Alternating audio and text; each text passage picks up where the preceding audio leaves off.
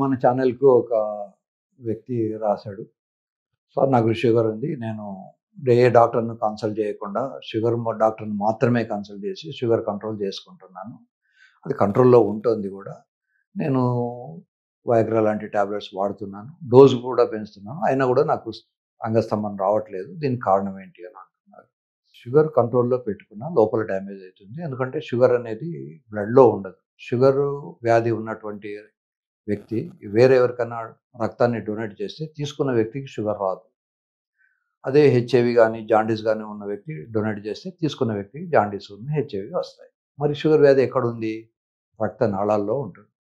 ఈ అంగానికి వచ్చే రక్తనాళాలు అంగం లోపల మధ్యలో యురెత్రా అంటాం. దాంట్లో యూరిన్ వస్తుంది. దాని పక్కన కార్పోరా క్యావర్నోజా అనే ఒక టిష్యూ ఉంటుంది. ఈ కార్పోరా క్యావర్నోజాలో సైనసాయిడ్స్ ఉంటాయి. ఈ సైనసాయిడ్స్ కూడా ఒక రకమైనటువంటి రక్తనాళాలు. సో, ఈ రక్తనాళాలు డ్యామేజ్ అవుతాయి షుగర్. డ్యామేజ్ అయిన తర్వాత వాడికి మనం టాబ్లెట్ ఇచ్చినా పని చేయకపోవచ్చు. సో, షుగర్ కంట్రోల్ అనేది ఒక మిథ్య మాత్రమే. షుగర్ కంట్రోల్‌లో ఉండగా కూడా లోపల డ్యామేజ్ అవుతుంటాయి. షుగర్ కంట్రోల్‌లో ఉండగా కూడా కిడ్నీ డ్యామేజ్ అవుతుంది. షుగర్ కంట్రోల్‌లో ఉండగా కూడా రెటీనా డ్యామేజ్ అవుతుంది. సో, డయాబెటిక్ రెటినోపతి అంటాం. సో, షుగరు కంట్రోల్‌లో ఉండడం వల్ల కొంత బెనిఫిట్స్ ఉంటాయి. కానీ 100% బెనిఫిట్ ఉండదు. మానవులకు ఏ పని చేసినా 100కు 100 రావు. 100కు 100 మార్కులు రావు. అట్లాగే 100 మామిడి చెట్లు పెడితే 100 పెరగవు. ఒక వ్యాధిని కంట్రోల్ చేసినప్పుడు 100% రిజల్ట్స్ ఉండవు. కనుక అతను చేసిన పొరపాటు ఏంటంటే డోస్ పెంచుకొని పోయి మరీ ఎక్కువ వేసుకోవడం వల్ల ప్రమాదం కూడా ఉంటుంది. ఒకసారి నా దగ్గరికి ఒక వ్యక్తి వచ్చాడు. సార్ నేను 10 టాబ్లెట్స్ వయాగ్రా వేసుకుంటున్నాను. నాకు పని చేయట్లేదు. ఎంత వేసుకుంటున్నావు? 10 ఏంటి అంటే 100 మిల్లీగ్రామ్స్. 100 మిల్లీగ్రామ్సే మాక్సిమం. అతను 1000 మిల్లీగ్రామ్స్ వేసుకుంటున్నాడు. వేసుకున్నా లేదు.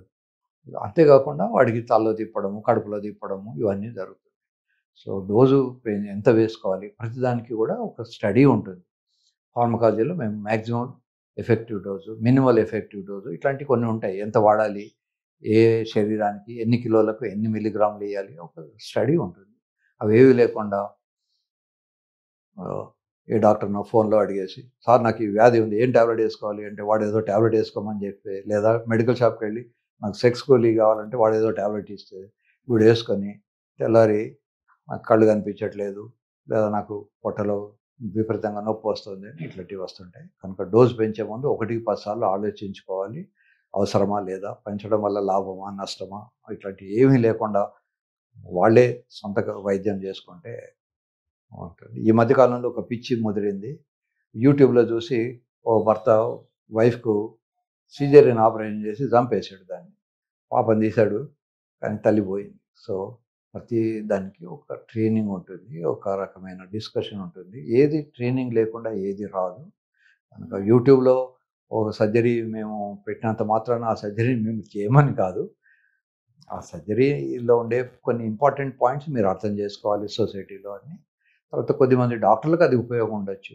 కనుక మేము యూట్యూబ్‌లో పెడతాం. అట్లాగే యూట్యూబ్‌లో మేము మందుల పేర్లు చెప్తాం. మందుల పేర్లు చెప్పినంత మాత్రాన మీరు వేసుకోమని కాదు. మీరు డాక్టర్‌ని సంప్రదించి డాక్టర్‌తో కన్సల్ట్ చేసి వేసుకోవాలి. షుగర్ ఉండడం వల్ల నేను ఇందాక చెప్పినట్టు కార్పోరా క్యావర్నోజా అనే టిష్యూ అంగంలో ఉంటుంది. ఆ టిష్యూ డ్యామేజ్ అయిపోతుంది. అది పని చేయకుండా పోతుంది. అది బాగాను ఉంటేనే రక్తాన్ని పీల్చుతుంది. దాన్ని మనం స్పాంజ్ అంటాం మన భాషలో. మెడికల్ భాషలో దాన్ని కార్పోరా క్యావర్నోజా అంటాం. మెడికల్‌గా కామన్ మ్యాన్‌కు అది ఒక స్పాంజ్ లాంటిది. స్పాంజ్ రక్తాన్ని పీల్చుకుంటే గట్టిదనం వస్తుంది. స్పాంజ్ రక్తాన్ని వదిలేస్తే మెత్తదనం వస్తుంది. షుగర్ ఉన్న వాళ్ళకు ఆ స్పాంజ్ చెడిపోతుంది.